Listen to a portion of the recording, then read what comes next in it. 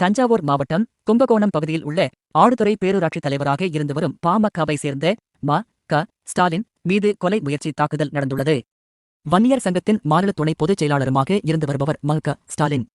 இவர் ஆடுதுறை பேரூராட்சியின் தலைவராக இருந்து வருகிறார். இந்நிலையில் நேற்று காலை அவர் தனது ஆதரவாளர்களுடன் அலுவலகத்தில் ஆலோசனையில் ஈடுபட்டிருந்தார். அப்போது அங்கு காரில் வந்த மர்ம கும்பல் ஒன்று திடீரென அலுவலகத்தினுள் புகுந்து தாங்கள் கொண்டு வந்த பெட்ரோல் குண்டை வீசி தாக்குதல் நடத்தினர். மேலும் அவர்கள் கையில் வைத்திருந்த பயங்கர ஆயுதங்களைக் கொண்டு அலுவலகத்தில் இருந்த பொருட்களையும் அலுவலகத்தினுள் இருந்தவர்களையும் தாக்கினர். இந்த தாக்குதலில் ம.க. ஸ்டாலினுடன் இருந்த அருண் மற்றும் இளையராஜா ஆகிய இருவருக்கும் காயம் ஏற்பட்டது. இந்த பயங்கர தாக்குதல் சம்பவத்தில் நூல் இழையில் ம.க. ஸ்டாலின் உயிர் தப்பினார்.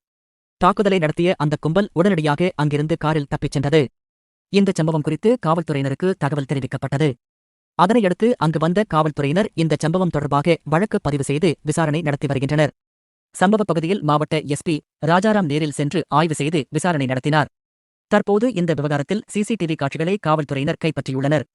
ம.க. ஸ்டாலின் மீது நடந்த கொலை முயற்சியை கண்டித்து அவரின் ஆதரவாளர்கள் கும்பகோணம் மயிலாடுதுறை சாலையை மறித்து போராட்டம் நடத்தினர்.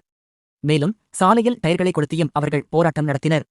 ம.க. ஸ்டாலின் மீது கொலை முயற்சி தாக்குதல், சாலை மறியல் என ஏற்பட்டதும் அங்கு பதற்றமான சூழல் ஏற்பட்டது. இதன் காரணமாக அந்த பகுதியில் இருக்கும் அனைத்து கடைகளும் உடனடியாக அடைக்கப்பட்டன.